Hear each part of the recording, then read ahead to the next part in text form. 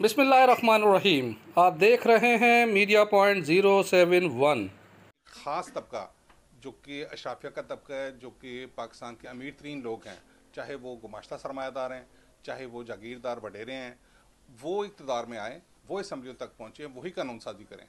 तो इसका मतलब ये हुआ कि वो जो कानून साजी करेंगे तो वो अपने हकूक़ के लिए करेंगे। वो मज़दूरों के लिए, हारियों के लिए, किसानों के लिए, आम आवाम के लिए जो कि रोज़ पिस रहे हैं, उनके लिए कोई वो नहीं करेंगे। इस वजह से ये चीज़ ओवरलुक की गई कि आज भी आईने पाकिस्तान के तहत जो कौमी असम्बली का इलेक्शन है, उसकी मैक्सिमम खर्चे की लिमिट 25 लाख है और सूबाई असम्बली की जो मैक्सिमम खर्चे की लिमिट है वो 12 लाख है। तो उसको कहीं पे भी, हमें सबको पता है, पूरे पाकिस्तान को पता है कि ये कहीं पे भी वो नहीं होती, ऑब्जर्व नहीं की जाती है। अच्छा, जब ये केस वापस जाता है इलेक्शन कमीशन ऑफ पाकिस्तान के पास कि जी फलां कैंडिडेट ने ज़्यादा पैसे खर्च किए हैं, तो उस पर इलेक्शन कमीशन का स्टैंस ये होता है कि जी वो उससे मंगवाते हैं जब खर्चे की लिस्ट, तो वो कहते हैं जी मैंने तो 25 लाख भी खर्च नहीं किया, ये मेरे सपोर्टर्स ने कर दिया। तो भाई वो जो सपोर्टर करेगा या आप खुद करोगे, उस सब के जिम्मेदार आप होगे। तो इस चीज़ को सख्ती से नाफज करना ये भी हमारी प्रोग्राम का एक हिस्सा है, ताकि आम लोगों को, मिडिल क्लास को, लोअर मिडिल क्लास को और मजदूरों किसानों को मौका मिले, वो कम से कम अपनी बात तो कर सकें, अपनी बात। और मैं आपको यकीन दिलाता हूँ कि अगर आज ये इस चीज़ का चाहूँगा, ये जो एंटी एस्टेब्लिशमेंट हम देखते हैं कि हर जो हमारी अपोजिशन है वो एंटी एस्टेब्लिशमेंट हो जाती है और हर हुकूमत जो है वो प्रो एस्टेब्लिशमेंट हो जाती है। वो मुश्ताक यूसुफी का एक मज़ाहिया स्टोरी है कुत्ते, उसमें एक फ़िक्रा है कि कुत्ते पे एतबार ना करो, कोई पता नहीं किस वक्त ये भौंकना छोड़ दे और काटना शुरू कर दे। तो इसी तरह से ये हमारे हुक्मरानों की भी यही सूरत हाल है।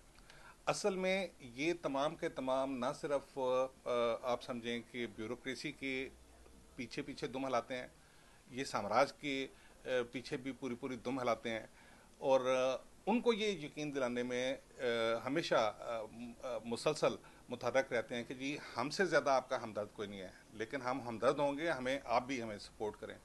तो इसी वजह से ये हमने देखा कि पीडीएम जिस वक्त पे आउट ऑफ गवर्नमेंट थी, तो उस वक्त वो भी काट रहे थे और पीटीआई सिर्फ भौंक रही थी।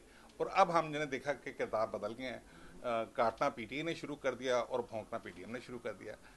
तो इन दोनों को किसी भी लिहाज से आप देखें कि हम अलग अलग नहीं कर सकते। इनके किरदार में पीटीआई जो मर्जी कहता रहे, लेकिन पीटीआई का कोई भी किरदार जो है वो इनकलाबी नहीं है, अवाम के साथ उनकी जुड़त नहीं है। उनका भी जो इक़्तिदार है, जो बाकी पार्टियों की तरह से अगर आप उसकी टॉप लीडरशिप को लें, तो वो जागीरदारों, सरमायादारों, गुमाश्ता सरमायादारों के हाथों में है। और वो सारे की सारी गंदी पॉलिटिक्स जो कि 75 साल से पाकिस्तान में चल रही है, आज पीटीआई भी उसी में मुलव्वस है जो साफ चली थी। मरूसी सियासत का खात्मा उसी तनाज़र में ख़त्म किया जा सकता है जिस तनाज़र में इस सिस्टम को ख़त्म किया जा सकता है। पाकिस्तान इनकलाबी पार्टी 25 करोड़ आवाम के नए निज़ाम की ज़रूरत के तहत उभर कर सामने आई है। ये मौजूदा सिस्टम को तस्लीम ही नहीं करती। देखें, जब इक़्तिदार आवाम के पास नहीं है, जब इख्तियार आवाम के पास नहीं है, जब तरक्याती बजट आवाम के पास नहीं है, जब उसका जो इस्तेहकाक है जिन नुमाइंदों के पास होना चाहिए उनके पास ही नहीं है, तो इस सिस्टम के अंदर मरूसियत हो चाहे जमहूरियत हो, दोनों सिस्टम इस अवाम की अशराफिया के ऊपर जो बराजमान तबकात है इन्हीं को सपोर्ट करेगा।